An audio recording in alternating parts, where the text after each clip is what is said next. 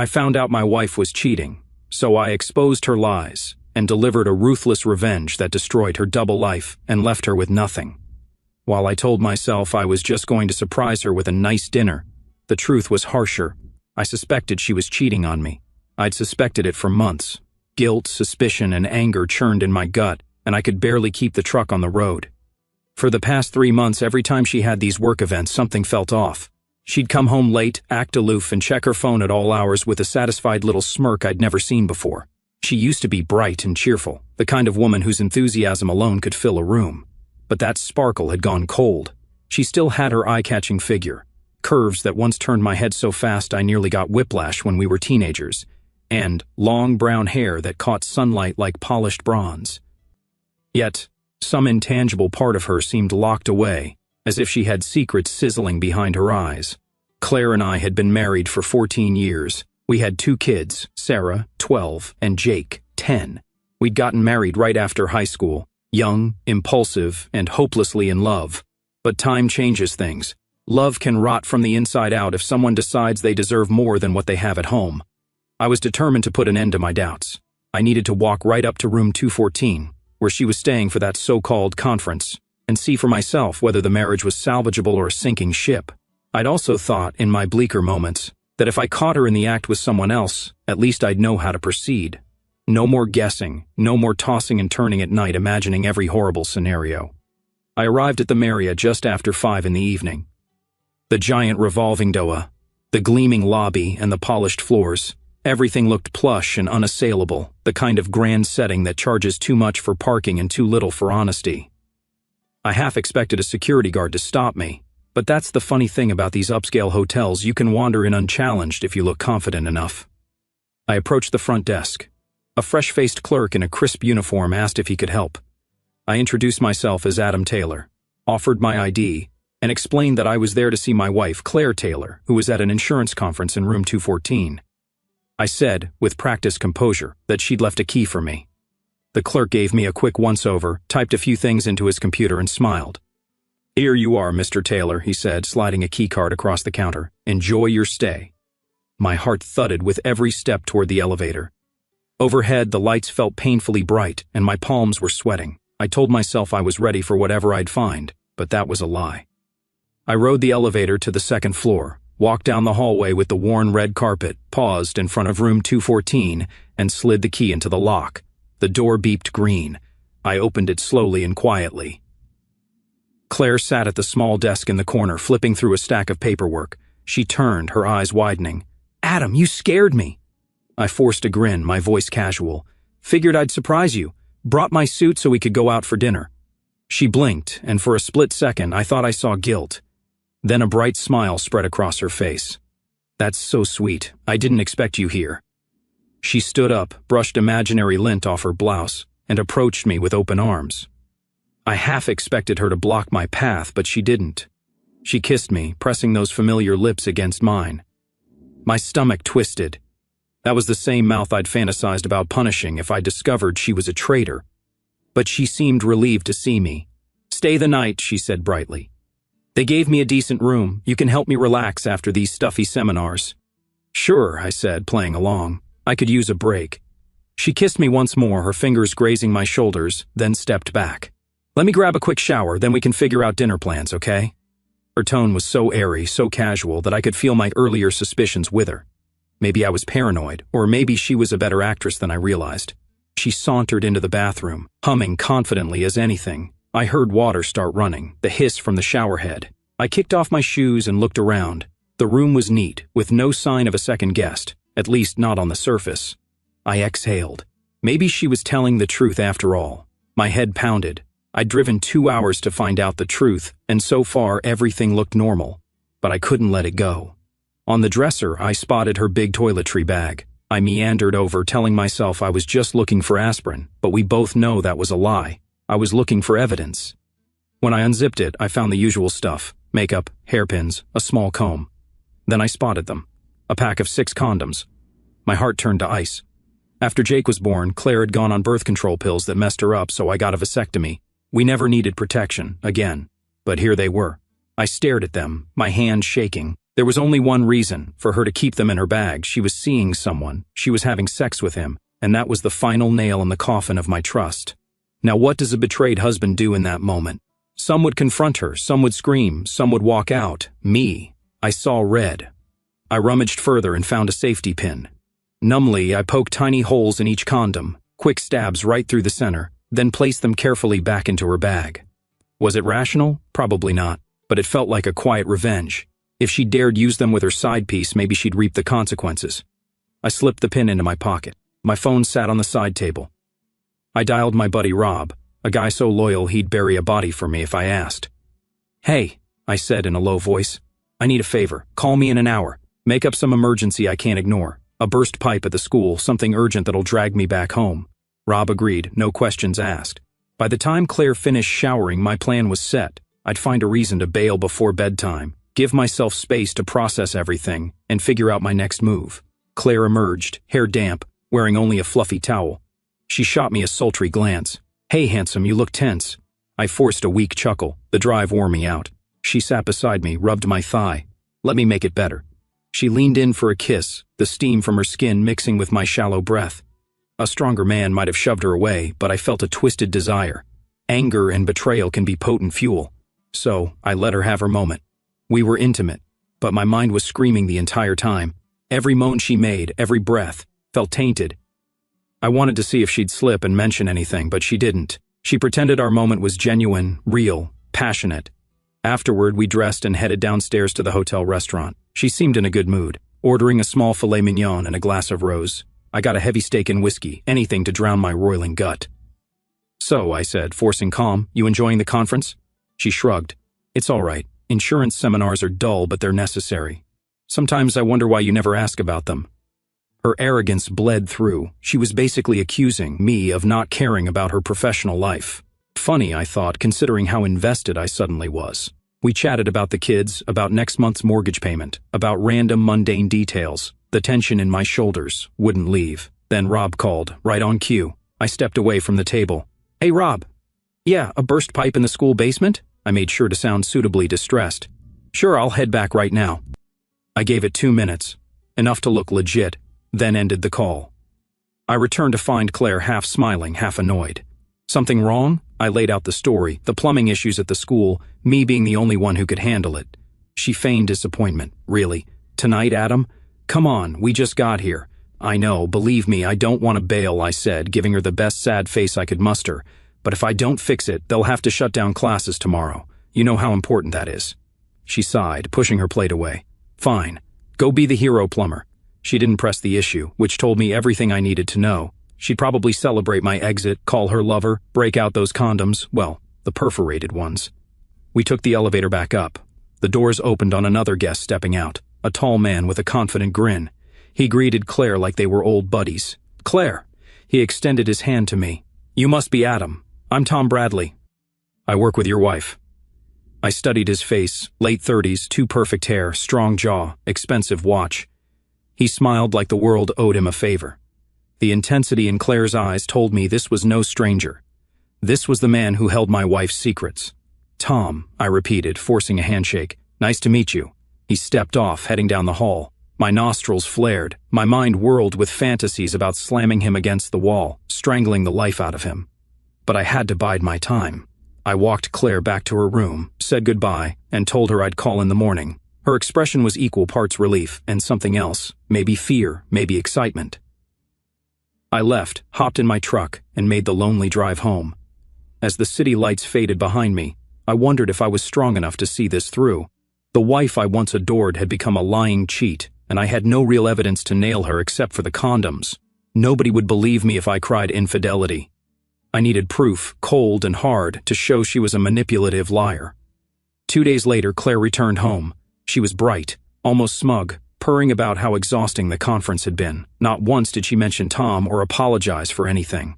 She planted a quick kiss on my cheek, then spent the rest of the evening fussing around the kitchen as if we were fine. I had to hold it together, but inside, fury boiled.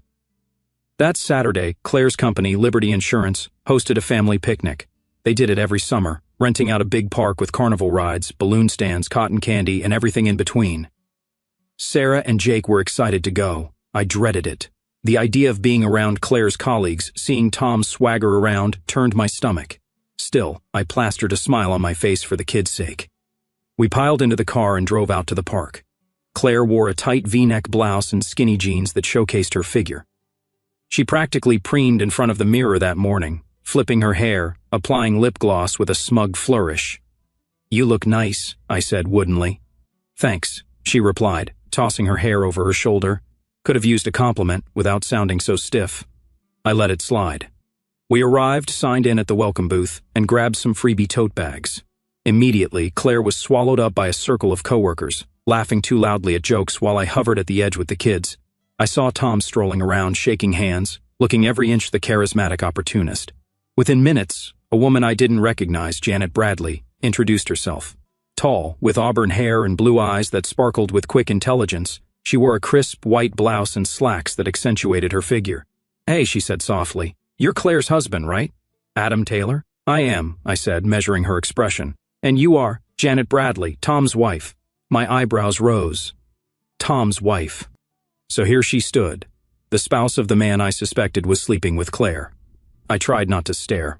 She was gorgeous, carrying herself with the poise of someone who usually turns heads. We made small talk, discussing the weather, the turnout at the picnic.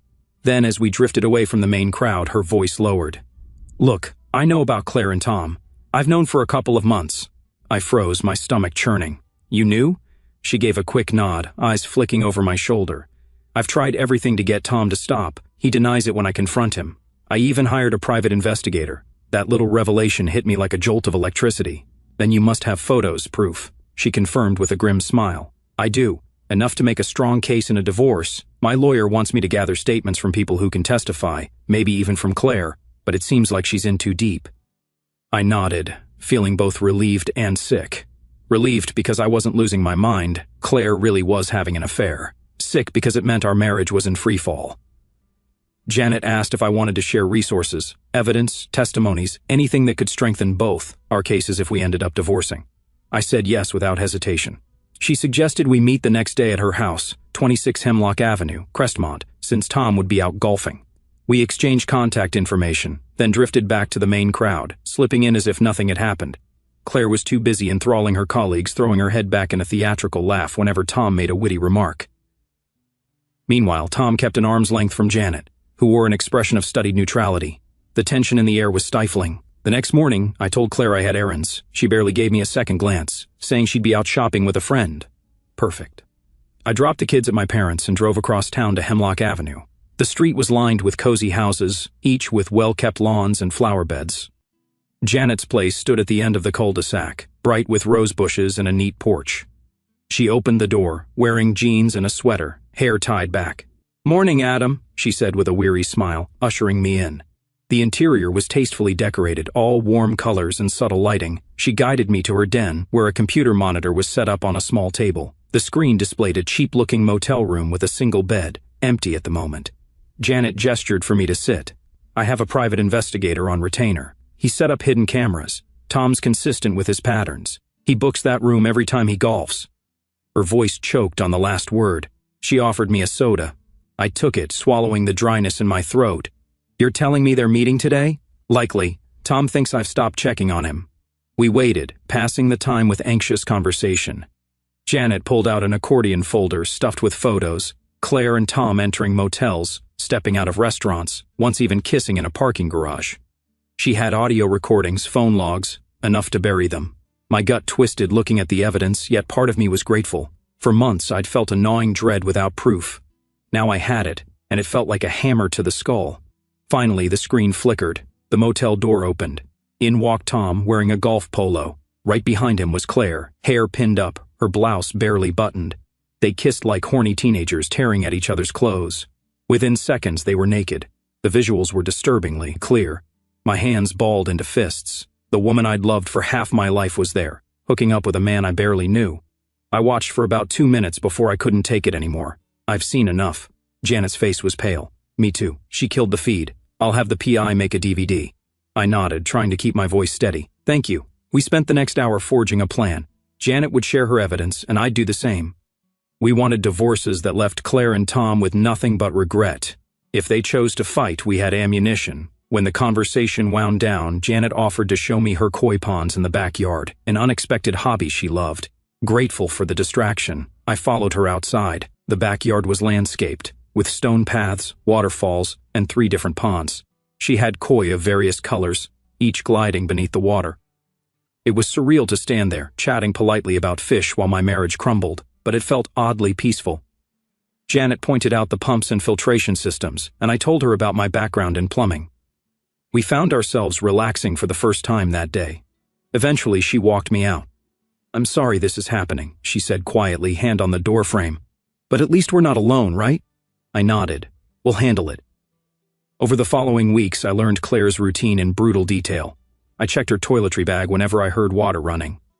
Each time, I found fresh condoms. I kept the safety pin handy, poking holes in them, imagining her face if she ever learned what I was doing. The strangest part? She carried on as if nothing was wrong, except she grew more arrogant with each passing day. She accused me of not appreciating her enough, of being too small-minded. I started wondering if she relished the thrill of living 2 lives, family woman by day, Tom's mistress whenever she could sneak away.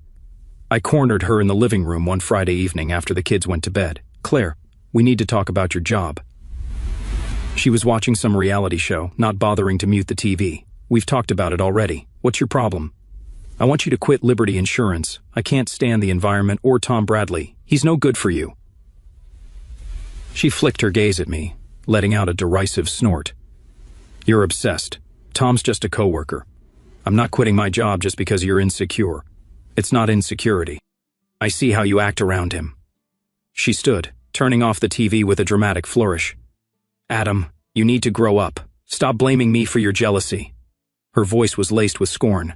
"I'm not discussing this again. I'm tired of your demands." She brushed past me, heading upstairs, leaving me stewing in my own rage. Meanwhile, Janet and I fell into a pattern of exchanging updates. My kids called her the koi lady, thrilled whenever they got to see her fish. Claire never connected the dots on nights Tom and Claire met up. The kids and I would be at Janet's, enjoying a calm environment or simply watching movies. Janet filed for divorce first. Tom fought it, but the evidence was overwhelming. She had photos, recorded phone calls, even that motel room footage. Furious, Tom tried to bury her under legal threats, claiming invasion of privacy. Janet's lawyer tore him to shreds. Claire, on the other hand, was either oblivious or believed herself untouchable. She never asked about my late nights or what I was really doing. Perhaps guilt froze her questions, or maybe she just didn't care. Then one night, she dropped a bombshell. She sat at the kitchen table with a glass of wine, swirling it lazily. "I've been stressed. I'm taking some time off, going to visit my sister Nancy for a few days, maybe a week." She sipped. "Thought you'd appreciate the break. You're so moody these days." My jaw tightened. She sounded condescending, as though she were granting me a favor. "All right, when are you leaving?" "Tomorrow morning. Nancy has space. I want to clear my head." She gave me a pointed look, daring me to argue. I didn't. Instead, I gritted my teeth, forcing a casual, "have fun." My mind spun with potential reasons for this sisterly visit. Something told me it wasn't for rest and relaxation. I started poking around. Claire had stashed receipts in her purse from the family planning center. One quick check, and my worst suspicions soared. She might be planning to get an abortion. The holes I'd poked in her condoms. Did that mean she was pregnant? Pregnant by Tom? I needed to confirm. Within a day, I drove to the clinic, guessing she might have arranged the procedure there. Most places turned me away when I tried to ask for details. But the family planning center let me sign a consent form saying if I could prove I was the spouse, they'd share information. I brazenly marched in, pretending to be clueless but helpful. "Oh, I'm just here to sign that form so we're all on the same page, right?" The receptionist checked her records, then slid a file over. I signed. Friday, 11 a.m. That was the date of the appointment. My blood roared in my ears. So it was true. She was pregnant, most likely with Tom's child, all because of the sabotage I'd done. My heart hammered with shock, anger, regret, and savage triumph. She hadn't just cheated. She'd gotten knocked up and was about to erase the evidence. I left the clinic with a new focus. There would be no peaceful parting. She wanted to play dirty? I drove 3 hours to Nancy's house. Claire had just arrived the night before. Nancy was married to a man named Brad, an ex-construction foreman big enough to bench press me. The atmosphere was tense the moment I walked in. Claire glared, arms folded. "What are you doing here?" I gave a tight smile. Thought I'd visit. Kids are at my parents' place. Figured I'd grab a few days off since you're on vacation too. Nancy flashed a nervous glance at Brad, who tried to plaster on a friendly grin. Sure, more the merrier, he muttered. Claire's eyes narrowed, jaw set. I didn't invite you. I shrugged. I'm here anyway. A few moments of awkward silence followed. Brad coughed. How about we go fishing tomorrow, Adam? My buddy Jack has a boat. We can get out on the water, crack a few beers, let the ladies relax. I pretended to consider. Sounds fun. But the next morning, I refused to go, standing by the passenger door, arms crossed. Brad got red-faced, tried to argue, but I brushed him off. He and Jack finally left without me, fuming. Inside, Nancy started making phone calls. Claire asked me to leave them alone. Go do something else, Adam, she barked. We have errands. I took my time, drinking coffee in the kitchen, ignoring their attempts to shoo me away. I shut off Claire's phone the moment she wandered out of sight, ignoring the repeated call-waiting beeps from Brad. Nancy whispered furious curses into her own phone. I guess she was trying to reschedule Claire's procedure or at least warn them we'd be late. I blocked every chance they had to slip away. By the time Brad returned, it was mid-afternoon. He looked exasperated, as if he'd been shouting into a dead phone all day. Nancy tore into him for not forcing me onto that boat. Claire hovered, tense and silent, her expression teetering between frustration and raw panic. That evening, I cornered Claire in Nancy's kitchen after supper, the light overhead casting sharp shadows on her face. Claire, I said calmly, you're done working for Liberty Insurance. Either quit, or I'm filing for divorce. She stared, fury twisting her features. Shut up. I'm sick of hearing this. I'm not quitting. You can't bully me into that. I took a deep breath, rummaged in the manila folder I'd brought, and pulled out divorce papers. I slid them across the kitchen table. Sign them or don't, but if you refuse, I'll do it on my own. She looked at the papers, her jaw dropping in disbelief, then snarled. You can't divorce me for not quitting my job. That's not grounds for anything. Adultery is, I said softly, pulling out a stack of photos and fanning them on the table. Claire, in Tom's arms, exiting motels, half-dressed. Her face drained of color. She snapped, You bastard! You've been spying on me! She tried to snatch the photos, but I grabbed her wrist. How else was I supposed to get the truth? You've made a fool of me. Her lips quivered. You had no right to do this. It's sick. You set me up like some twisted pervert. You set yourself up the moment you let Tom into your bed. Footsteps pounded. Nancy and Brad rushed in. Nancy gasped at the photos. Claire was trembling with rage, eyes flicking from the pictures to me. Then my phone buzzed. My dad was calling, letting me know he'd arrived with a truckload of Claire's belongings. Everything from the house. I ended the call. Claire glared, tears glistening. What did you do? I leaned close, my tone ice cold. I changed the locks. Took your stuff. If you need anything else, send me a list.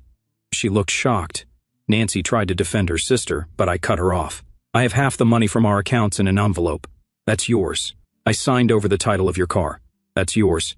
As for the kids, you'll see them once a week and maybe overnight once a month, but you'll sign a notarized statement about your affair first. Claire sputtered. What are you talking about? You can't. I dropped the final bomb. I know you're pregnant. Friday, 11 a.m., Family Planning Center, ring a bell? Her scream tore through the kitchen. You had no right. I pulled the safety pin from my pocket, placed it on the table. I've been poking holes in your condoms for 2 months, Claire. You went through nearly 50 of them in 2 weeks. Now you're pregnant with Tom's child, or you were. But you're disposing of that problem on Friday, right? She broke down, tears streaking her cheeks. You're insane! My expression was grim. You started this, not me. Brad looked horrified. Nancy stood by Claire, arms around her shoulders. The two sisters clung to each other, sobbing, as if I'd committed the unholiest transgression. I turned and walked out, ignoring Claire's cries. Dad waited outside with the truck, engine idling. We carried boxes of Claire's clothes and personal items onto Nancy's porch. The entire time, I felt an odd sense of calm. This was the end. In the weeks that followed, Liberty Insurance fired both Claire and Tom. Office gossip had spread like wildfire, especially after Janet threatened legal action. Claire refused to sign any affidavits, but it didn't matter. The evidence of the affair was overwhelming. She moved in with Nancy permanently. I heard rumors that Tom was paying for her living expenses. Maybe guilt drove him, or maybe he felt obligated because he'd fathered that unborn child. I didn't care. Janet finalized her divorce from Tom in record time. She got almost everything: the house, investments, alimony. Tom cursed and tried to drag it out, but her legal team demolished him. My own divorce from Claire wrapped up 4 months later. She didn't fight. She must have realized she'd lose. She scurried off to Omaha with Tom, who'd found a new job. Fine by me. I had the kids who didn't miss her much, to my surprise. They had always sensed her distance, and her arrogance had started affecting them too. Then Tom vanished, disappearing without telling Claire. Maybe he realized his life was a mess. Or maybe old debts caught up to him. A rumor floated around that he got mugged outside a bar, sustaining multiple broken ribs and losing a testicle in the beating. Karma, some said. Others insisted it was just random street violence. Whatever the reason, Claire found herself abandoned. She ended up slinking back to Nancy's place. During that same period, Janet and I spent more time together. We were cautious, not looking to jump into anything romantic too soon. We had baggage, heartbreak, but we enjoyed each other's company. My kids adored her, and she showed them the joys of caring for koi. We took short road trips, visited aquariums, and turned lazy Sundays into feed the fish afternoons. 3 months later, we were discussing marriage. We'd survived storms. We both knew heartbreak. Now we found unexpected solace in each other. She sold her old business and used some money to buy a 6-bedroom villa with a pool large enough for the kids to cannonball into all summer. She also revealed she'd kept my old Jaguar XK140 hidden away in the garage. A surprise for me, since my ex-wife had forced me to sell the one I originally owned. Janet had tracked down a near-identical model. The day I saw it, bright and sleek, I felt something thaw in my chest. A happiness that had been stolen was coming back. As for Claire, the last I heard, she was stuck in a cramped attic bedroom at Nancy's. Both sisters struggled financially. Nancy's marriage to Brad imploded once he took a job on the Alaskan pipeline. He mailed her divorce papers, cutting ties. Now Claire and Nancy live together, each abandoned by the men they tried to manipulate or control. I heard occasional stories about how they bickered, how they blamed each other, how they rehashed the past. Me? I slept well at night. My brutal revenge had been to expose Claire's hypocrisy, sabotage her manipulative lifestyle, and make sure she lost every comfort she'd grown arrogant about. She ended up with no career, no stable relationship, no easy money. She had to see the fiasco she'd created. Perhaps the pregnancy had been handled. Perhaps she'd gone through with the procedure. I never asked. That was her problem now. Janet and I grew closer every day. My kids adjusted quickly, loving her koi ponds, her warm personality, and the calm environment she created. No more secrets, no more lies, no more arrogance, poisoning the air. Some months later, Claire reached out, desperately wanting to reconnect with our children. She left a voicemail apologizing, but I was conflicted. When I returned her call, she pleaded to see our kids. I demanded she sign an admission of guilt before we'd even discuss supervised visits. Her pleas turned into curses when I rejected her attempts to trivialize her actions. After her rant, I ended the call, blocking her number permanently. Janet and I married in a small, joyful winter ceremony, with our kids by our side, celebrating afterward by feeding koi under the moonlight. We settled into our new villa, enjoying family dinners and planning future trips to Japan to visit koi farms. Our lives had transformed into a harmonious blend of love and stability. A stark contrast to the past turmoil.